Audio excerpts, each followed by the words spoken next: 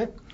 Well, guys, it's great to meet you. We saw this last week, and it was an incredible achievement. So congratulations to you both. Thank you. This was based on the short film that you guys worked on together, Yeah. Alive in Joburg. Was the intent always to make District 9 out of that, or did it come? No. Did it come later? No, it came later. I mean, when we made Alive in Joburg, there was no concept ever of that being turned into a film that I can remember. I never brought that up. No. I definitely didn't think it was going to be a film, which is weird because I loved making it so much, but it didn't occur to me. And then later, when I realized I wanted to get into films, like 2006, then I started to dust it off and think about maybe turning it into a feature. And the collaboration with Peter Jackson obviously has been a huge aspect of this. And you were originally going to work on the Halo movie, which has fallen through. What's it like working with Peter Jackson? What was the collaborative process like? Well, he's the boss, but no, it was amazingly cool for me because I was like, I was in a position where, as a first-time director, like even with Halo, I was incredibly lucky because he was the producer that would have shielded me, and he didn't really have that as a director. He worked his way up, so I was incredibly lucky to have that. But then with District 9.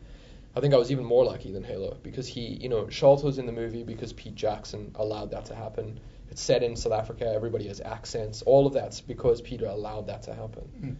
Cool. Yeah. And speaking of Sharlto, this is a big performance, your first major one, and I thought it was incredible. You had this incredible story arc, and did you feel, because you're almost in every scene, did you feel a lot of pressure in doing this? I didn't actually feel a lot of pressure. I suppose it was, with Neill directing it and with a character that he'd already shot a little test with me with that character without sort of telling me what the test was sort of for, or rather without knowing that he wanted, at the time he was shooting, without being sure that he actually was going to ever ask me to actually play the role.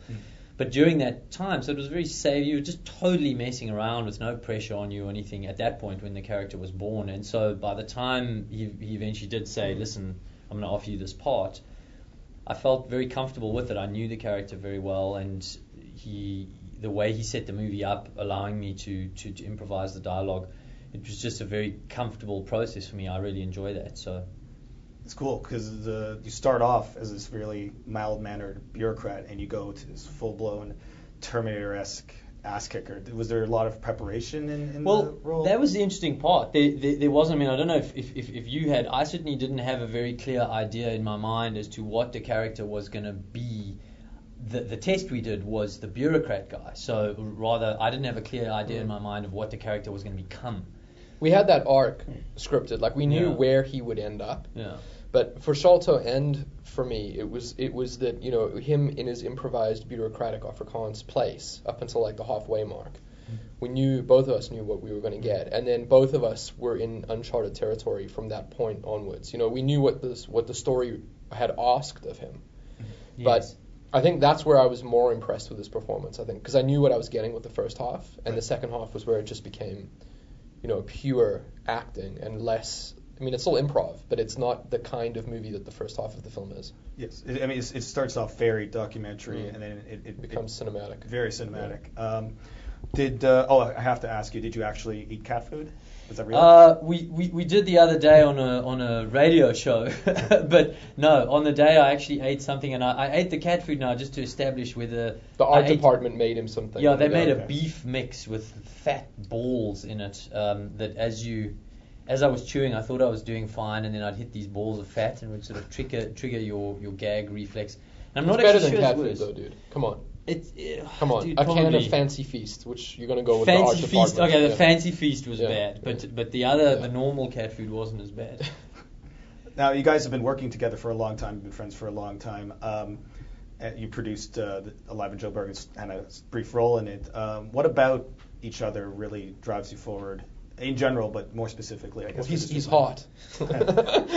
Neill, let's reverse that comment. Go ahead, Sean. No, I mean, for me, since I first saw his early stuff, like when he was 15 doing even if it was a still of like a room, a spaceship inside room chair. I remember you used to do those chairs. He used to do like a sort of an alien type of chair for a spacecraft. I was into H.R. Giger's artwork when I was a kid.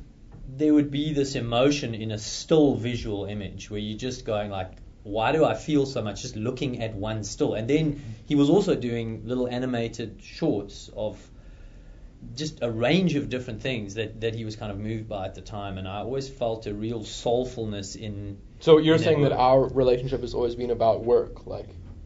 Well, I mean, and he's funny. There is that.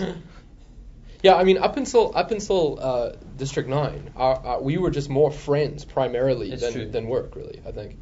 And the decade that I moved to Canada in 1997, and he was one of the few people that I stayed actively in contact with for that time. I think we had a lot of the same sort of issues or things having grown up in South Africa, and then you went to school in Canada. I'd actually been to school in Canada once when I was younger and had that sort of culture shock of a big change. He went through that when he moved over there, and that was always also a very interesting point. You know, you have a lot of common frame of references. So now the story is a huge part of this. It's not just a regular action piece. In many cases, the film I actually found the film to be disturbing with the prejudice that's involved.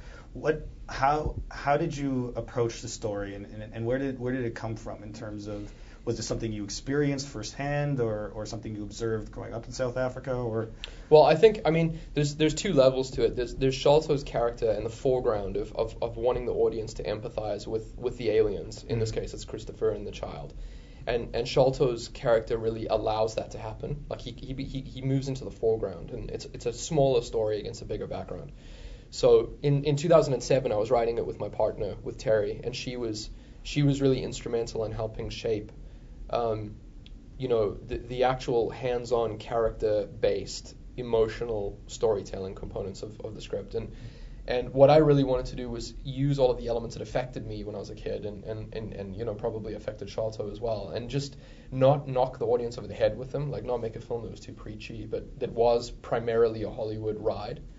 But it had in the fabric of the story, and basically the story grows out of the setting. Like the setting informs the narrative. So segregation and xenophobia and apartheid and all of those allegories and metaphors were meant to be in there, and they're meant to be visible to the audience all the time, but they're not meant to be the primary thing. Beats you over the head. Right. As a visual, you started out in visual effects. Is that as Sharlto mentioned, do you start out with an idea in terms of a visual I think so. technique, and then the story comes out of that?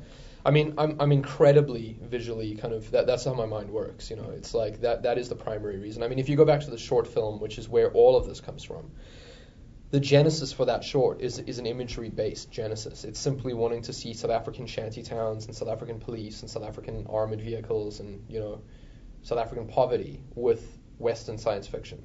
And a single image of that creates a response in me that I want to continue making those kind of images. And then once one builds on top of the other, you start to realize that there's actual concepts that are now becoming visible, concepts and ideas and issues, and everything starts to grow out of that. Right. Yeah. Now, this, as I said, this was your first major acting role. Are you going to continue acting? I'd love to. Yeah. I'd love to do that. I really enjoy it, particularly character acting. Great. So, are you guys going to collaborate again? What's next for both of you? Well, I've got a new science fiction film that I'm writing. Okay.